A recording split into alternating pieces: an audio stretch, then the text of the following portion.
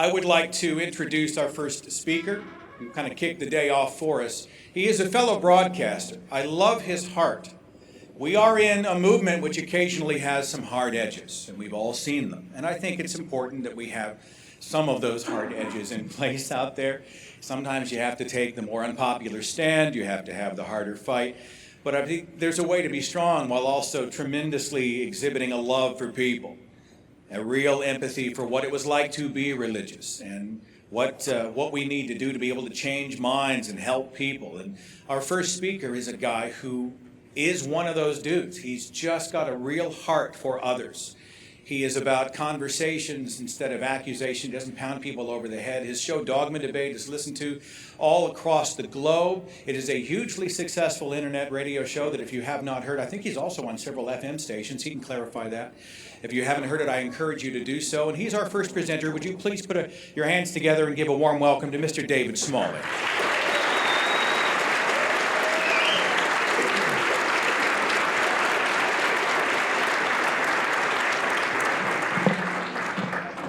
You guys ever invent something in your head?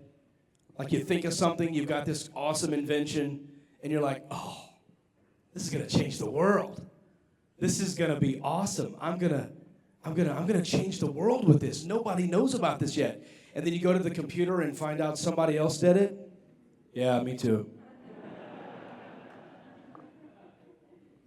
I know that feeling too. I am excited, though, to be here. Seth started in 2010. Ironically, I started a version of Dogma Debate in 2010 that really sucked, and nobody ever heard it, and I'm glad you didn't, because we relaunched in 2012 with our current platform. So what I want to do, every time we gather together and we do stuff like this, I always end up giving a talk about religion or atheism or how not to punch your Christian grandmother in the throat. Stuff like that tends to be in my wheelhouse. I thought today I would spend my time really just talking about the Thinking Atheist. I want to share what Seth has done. I want to celebrate what Seth has done. So I figured today my talk would be some fun facts about the Thinking Atheist radio podcast, YouTube channel, and Blog Talk Radio iTunes podcast show. The first fact is Seth prefers short names. He's completed 299 episodes as of this moment. 299 episodes. We're on like 278, so I know what it takes to get that done, although when your episodes are 15 minutes long, it's probably not that hard. But fans of the long shows in the house. 300 shows after today, 299 right now. The most amazing thing about Seth Andrews, he's never made a single mistake. Not one. Not a scheduling snafu, not an audio problem, nothing.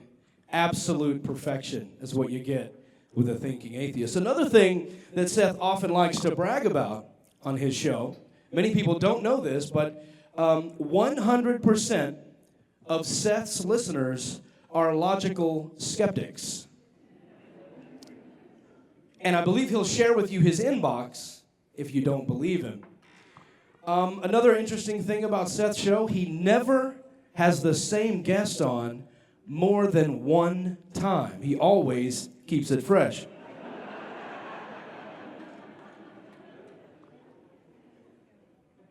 I can feel him glaring at me from the back of the room. Where's Aaron? Is he in here?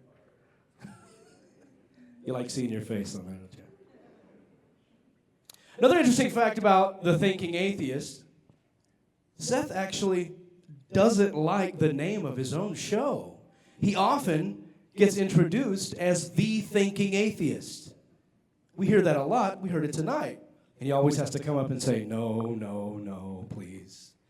Because he wants us, he's always telling us, guys, I'm not the Thinking Atheist. If he could go back in time, and he's told me this before, I think he said it on my show, he would change the name of the show. So we at one time, imagine, we almost didn't have the Thinking Atheist. No, but I do have to tell you, being in the podcast industry, I have access to things that I probably shouldn't have access to. And I came across some of Seth's early logo designs. You guys want to see some? Awesome. So some of the names he was kicking around, because he doesn't want to come across as arrogant or anything by having this type of name. Some of the ideas he was kicking around, one of them was the smartest man on the planet. That's pretty clear, I think. He thought that was a little vague, though. He also scribbled down, I'm intelligent, try to keep up. I hear he was really focused on this one. It almost happened. Although, I remember him thinking that this might actually cause some confusion, so he just went right to the point.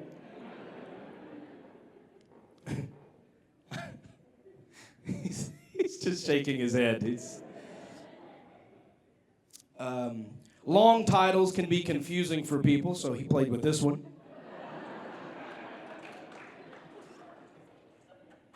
I hear he makes the important words blue. And I know a lot of podcasters who first get started think of this title, and Seth almost went with it. I found a microphone in my basement, so my opinions matter.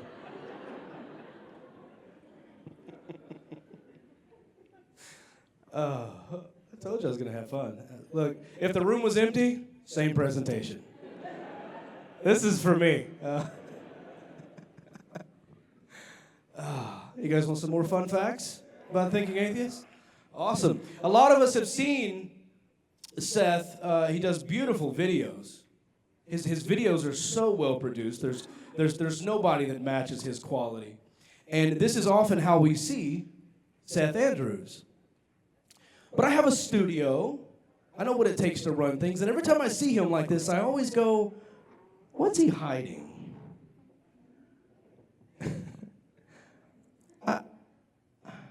I've always wondered what's holding up that microphone stand. It's always, because I know mine, in our cameras, we show the whole studio. We have nothing to hide.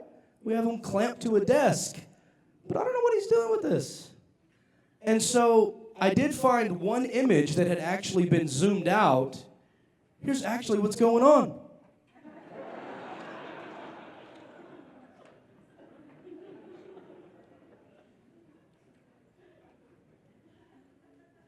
That took a lot of time. Keep looking at it. It gets funnier the more you look at it. He apparently does his show from a lemonade stand inside of a warehouse, and that's his chief operating officer. Seth has had his show for 6 years. He's over 6 feet tall. What? He has 2 dogs. What's your... What were you thinking? Another interesting fact about the Thinking Atheist. I don't know what this suggests, but not a single black co-host. I'm not saying he voted for Trump. I'm just saying there's not a single black co-host. Sometimes you have to go to other podcasts for that. That's all I'm saying. Both Seth and Alex are cringing. I just want you all to know that makes me enjoy this so much more.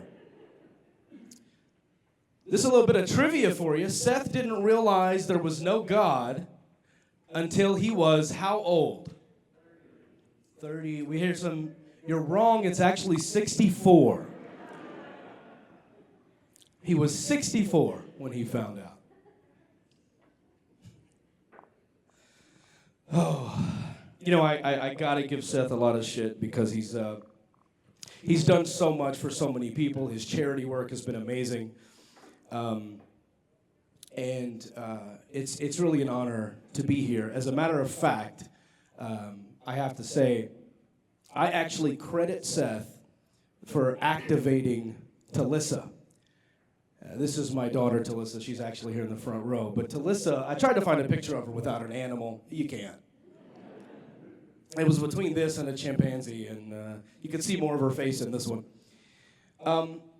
But we were at, Seth, I don't remember if it was Skepticon or an American Atheist Convention. It was in 2013. And you gave a talk that started off with Bible Man. And my daughter was 9 at the time. She's 12 now. And I remember taking her in to see that. And I didn't know Seth very well. We had met just a little bit before.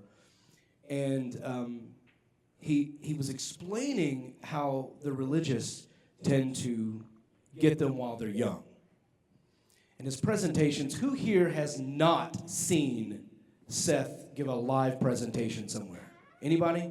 Okay, every one of you with your hands up, you are absolutely missing out. And I'm not just saying this because he gave me money and forced me to do it.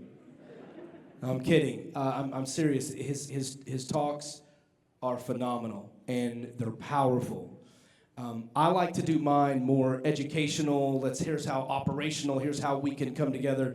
His are so just emotionally packed and so well done. And the one he did about the kids, he actually played clips from Jesus Camp.